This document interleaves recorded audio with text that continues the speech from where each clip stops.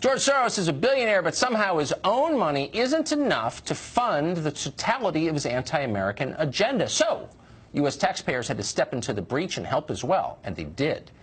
Department of Justice documents newly obtained by Judicial Watch, thank heaven, show that in 2016, the Obama administration, whose misdeeds are now just coming to light, gave almost $9 million to support something called the East-West Management Institute. That's a Soros-funded venture.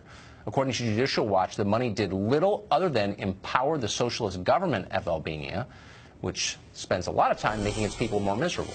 Tom Fitton is the president of Judicial Watch, and he joins us tonight. One of the reasons I'm so glad that you're here, Tom, is because you kind of tie a bow on stories. The Obama administration's over, but there's a lot that they did that we don't know anything about because the press refused to cover those stories. Tell us this small piece of it. What did they do in Albania and why? Well, they're supporting the socialist communist government there, the Soros operations, and they're doing it with taxpayer dollars.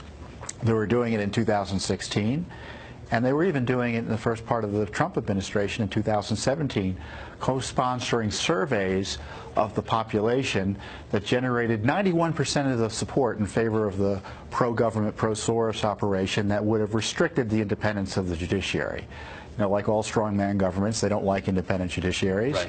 So they were trying to reform the judiciary in a way that would have brought it under control of the socialist government there. And what's troubling is that obviously Soros needs no taxpayer money to do any of this advocacy work. But the State Department and USAID is partnering with Soros and basically allowing Soros to set our foreign policy agenda.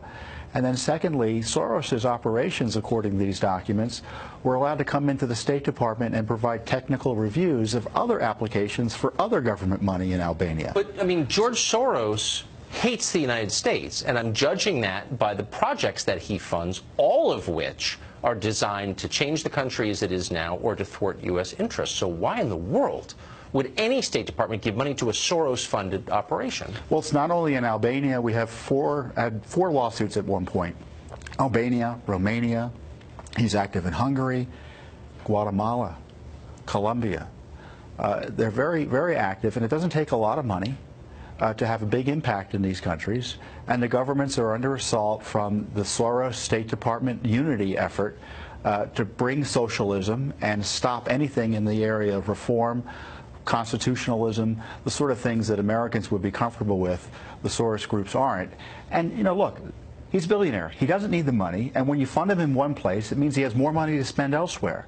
So if you don't like what Soros is doing here at home, you should know it's being indirectly subsidized thanks to the State Department and USAID, at least as long ago as 2016. So Soros is getting State Department money. Planned Parenthood, which is an arm of the Democratic Party, gets $500 million a year in taxpayer funds.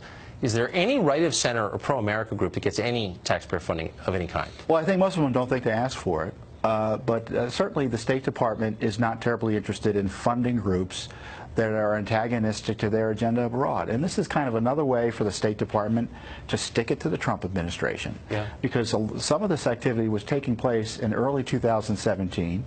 Again, attacking the idea of an independent judiciary in Albania. This is your tax dollars at work, and we had to sue to get the records. The more you know, the more appalling it is. And thank you for bringing this to light. I appreciate it. You're welcome. Tom Fitton.